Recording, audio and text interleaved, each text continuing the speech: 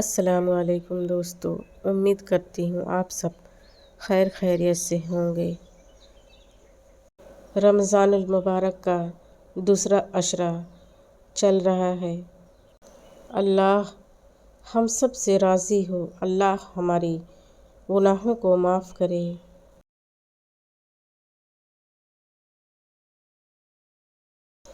اور میرے عزیز بھائی بہنوں، ہم سب کو مل کر اپنے فلسطینیوں بھائی بہنوں کے لیے دعائیں کرنی ہے، اللہ ان سے راضی ہو اور ان لوگوں کی مدد فرمائے۔ ان اللہ مع الصابرین، اللہ صبر کرنے والوں کے ساتھ ہے۔ ہم سب نے مل کر ہمارے فلسطین بھائی بہنوں کے لیے دعا کرنی ہے، اللہ سب سے راضی ہو۔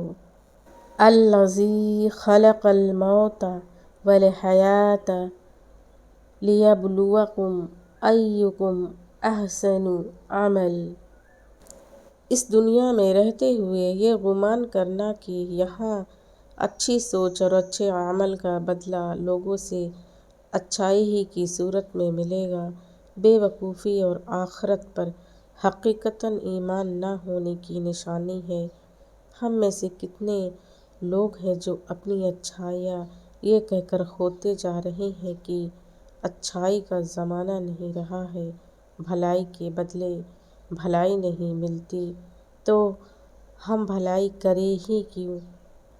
اپنی کتنی اچھائیاں ہم نے یوں کھو دی ہیں، لیکن ہم کیوں بھول جاتے ہیں کہ بھلائی بے شک ہم نے لوگوں کے ساتھ کرنی ہے، لیکن صلہ دینے کا وعدہ اللہ نے کر رکھا ہے اور گارنٹی کے ساتھ ہمیں بتایا ہے کہ ہمیں 10 گنا سے 700 گنا تک بڑھا کے صلہ دیا جائے گا۔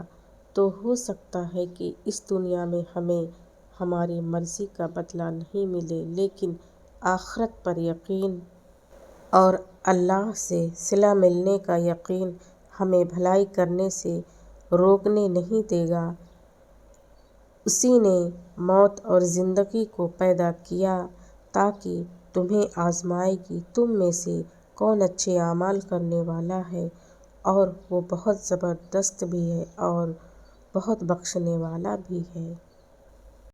غلطی کرنے کے بعد اگر دل میں کھٹکا محسوس ہو رہا ہو کہ کچھ غلط کیا ہے، تو اسے رحمان کی ہدایت اور ضمیر کی آواز سمجھ کر اپنے رب کریم سے معافی ضرور مانگ لینی چاہیے۔ اس پر ڈٹ نہیں جانا چاہیے کہ نہیں میری غلطی نہیں ہے، یا میں نے جان بوجھ کر تھوڑی نہ کیا، بلکہ اپنے رحیم رب سے چپکے سے معافی مانگ لینی چاہیے۔ مدد کرنا سیکھیے فائدے کے بغیر، ملنا جلنا سیکھیے مطلب کے بغیر، عاجزی سے چلنا سیکھیے غرور کے بغیر، زندگی جینا سیکھیے دکھاوے کے بغیر۔ دعا مانگتے رہو، ہمت مت ہارو، دعا مانگتے رہو تب تک جب تک جواب نہیں مل جاتا۔ جب وہ تمہیں صبر کی انتہا کو لے آیا ہے، تو یقین رکھو کہ آزمائش اب ختم ہونے والی ہے، اور پھر ہر اس چیز سے نواز دیا جائے گا جس کے لیے تم راتوں کو اٹھ اٹھ کر جھولی پھیلاتے تھے۔ دل کا بوجھ اللہ کی بارگاہ میں رونے سے ہلکا ہوتا ہے، جہاں نہ ماضی کا تانا ملتا ہے اور نہ ہی مستقبل کا خوف، صرف کرم کی چادر سے ڈھانپ دیا جاتا ہے۔ بس ایک سجدہ اور نم آنکھیں، دل سکون سے لبریز ہو جائے گا۔ اللہ نے اس دنیا میں اپنی نشانیاں چھوڑی ہیں جن کے ذریعے آپ اس کو محسوس کر سکتے ہیں، یہ سب اس کی نشانیاں ہیں۔ ہم نے اچھے عمل کر کے دوسری دنیا میں جانا ہے، اور وہاں جا کے اگر ہم پاس ہوئے تو اللہ سے ملاقات کرنی ہے۔ یہ ہے ساری کہانی، یہ ہے سارا مقصد جنت ایک بونس ہے، ایک انعام، جہنم ایک سزا ہے۔ اصل مقصد اللہ سے ملاقات ہے۔ اور جب اللہ کسی کو معاف کرتا ہے تو اسے نماز کی توفیق بھی دیتا ہے۔ مفتاح الجنۃ الصلاۃ، جنت کی کنجی نماز ہے۔ وَاسْتَعِینُوا بِالصَّبْرِ وَالصَّلَاۃِ، اور صبر اور نماز کے ذریعے اللہ سے مدد مانگو۔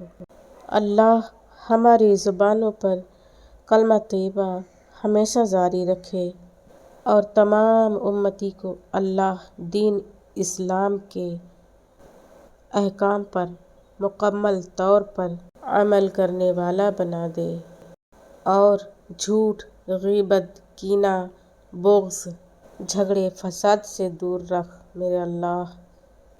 ہمارے صغیرہ اور کبیرہ گناہوں کو معاف فرما میرے اللہ۔ آمین ثم آمین۔ اور ہمیں اپنی ہر نماز میں، افطاری کے وقت، ہر دعاؤں میں اپنے فلسطین بھائی بہنوں کے لیے دعا ضرور کرنی ہے، ضرور سے ضرور کرنی ہے۔ اپنی دعائیں کم کر دیجیے مگر اپنے فلسطین بھائی بہنوں کے لیے ضرور دعا کریں، اللہ ان لوگوں کی حفاظت کرے۔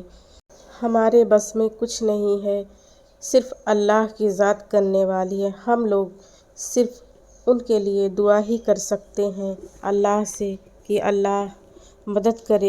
آمین ثم آمین۔